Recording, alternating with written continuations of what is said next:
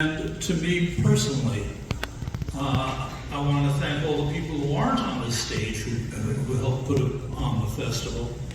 And I want to thank, even though he's not here in person, I'm going to thank Gene Shay, who meant a lot to me. Actually, as I track my connection in the Philadelphia Folksong Society, the first thing I did with the Philadelphia Folk Society was a concert in downtown Philadelphia. Was anybody there? Yeah? Was Jesse Fuller in that concert? Oh, okay. I know, it was about 60 years ago, but that was the beginning. And every time I play in Philly, that came first, I think, but every time I do a show in Philly, I'd go up to Gene's studio and do something with Gene. And that was an enormous boost to my career. I'm pretty sure, although it's hard for me to tell what my career was. Then I started appearing at the festival, and for that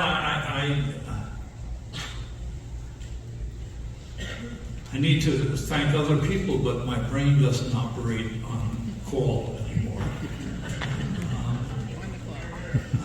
Paula Ballin.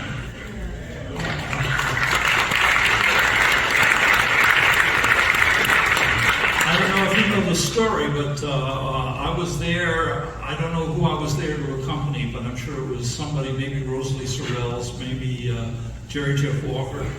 And Paula Ballin decided she wanted to put me on stage. And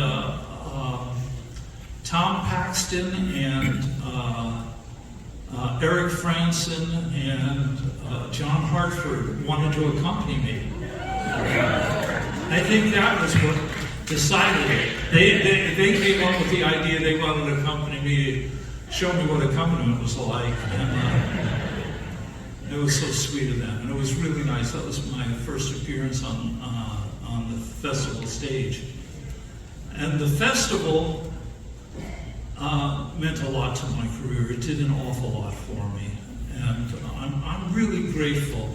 I have to say, I've spoken to some people who are starting out in the business, and I made a point of telling them, you know, when you hope to be booked by so and such a person, if they book you, they're not booking you to do you a favor generally. They're booking you to do themselves well. I mean, it has to go that way, or the whole system would collapse. But the reverse is always also true. When someone does a concert, they're not necessarily getting up because you mean something to them and they want to give you something. They're kind of doing it for themselves. And I did a lot of this stuff for myself, and the proof of it is I always did whatever the hell I wanted.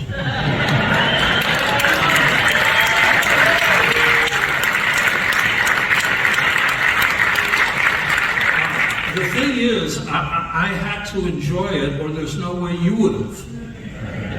If you ever saw somebody perform who wasn't happy doing it, you know what I'm talking about. I had to make myself and the people I was playing with happy first. And then, if you guys didn't enjoy it, hell, we were there. So that meant a lot. And I also want to thank you. Have to excuse me for doing this. You may be all bored with people thanking people you've never heard of, but for those of us who get up here, it's kind of essential. I need to thank the musicians in and around Wilmington, Delaware.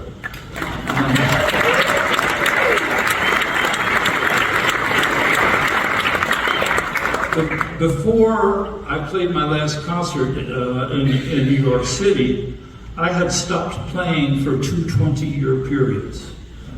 Holy cow, that's really extraordinary. 40 years.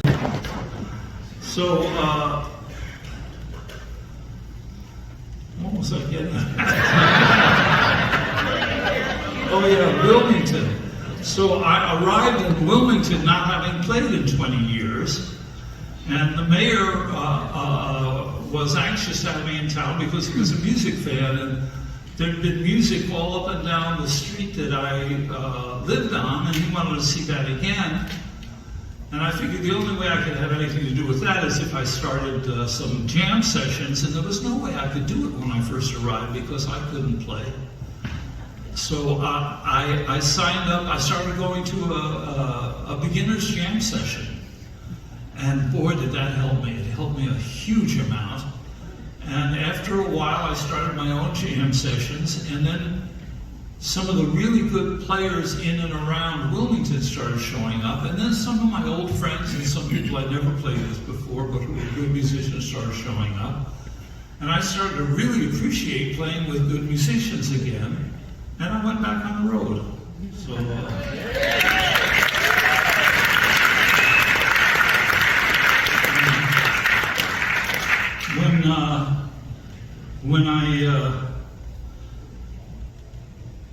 when I finally got myself ready to try and perform, I was a little uncomfortable unless I could get my whole big band behind me, or unless I could play with Jay and Molly Mason.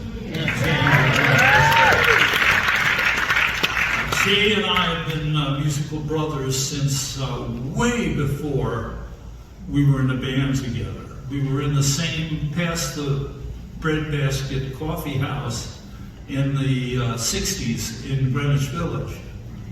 And we had a really close connection. We played medleys of fiddle tunes, and we had no idea what tune one of us was going to change to, but we always knew when it was going to happen, and maybe even to what key, if not the tune, and never the tune. We'd figure that out after the first few notes. So Jay is a very important musician and human to me, as is Molly Mason. I don't know that Molly gets anywhere near the credit she should.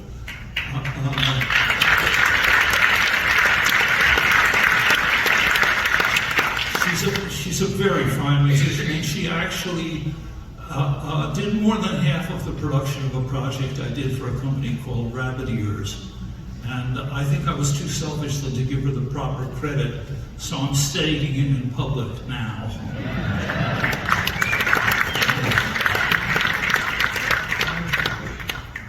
And so that's one end of my career.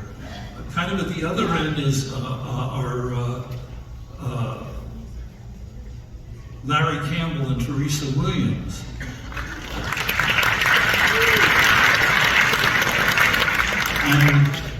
And Teresa is a really lovely singer who is, if we do folk music, she's folk. There's some videos of her and her family singing hymns together, and that is soulful stuff. It's really beautiful. And it's where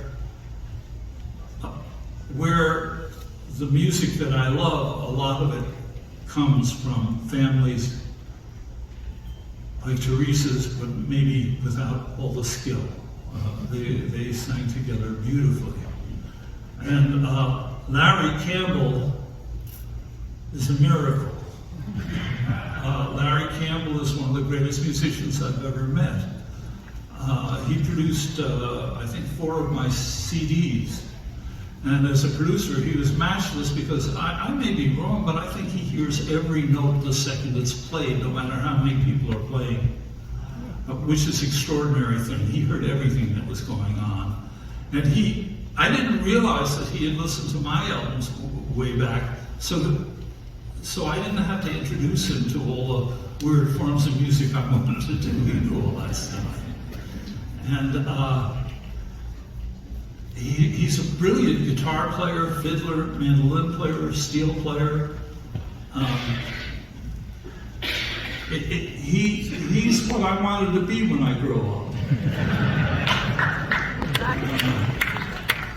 He's really something. I don't know another musician like him. And of course, I skipped at the very beginning, Tom Rush.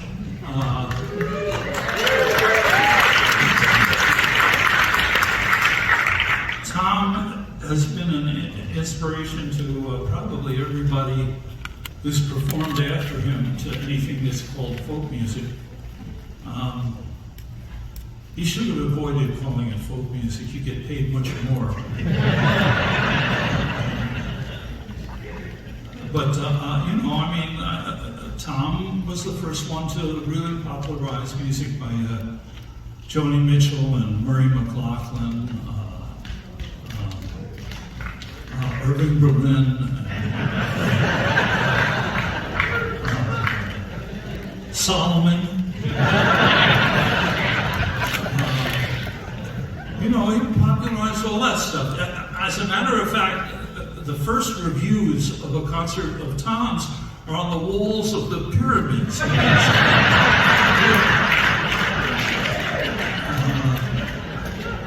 So we all really need to respect this man, or else he'll call down fire from above.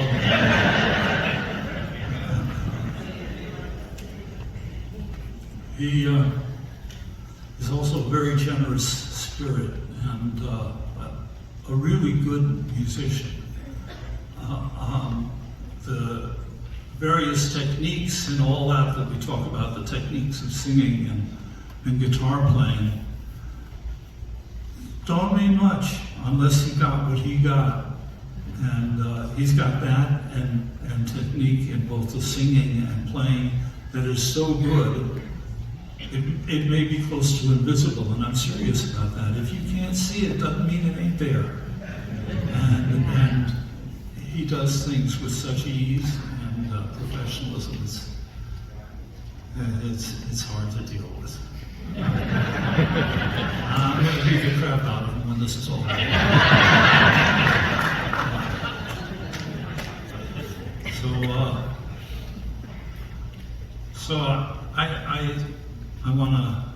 I think I thanked nearly everybody, but I didn't forget that I really need to thank every one of you, not only for your participation in the folk festival, but I think a few of you have been tricked into coming to some of my concerts.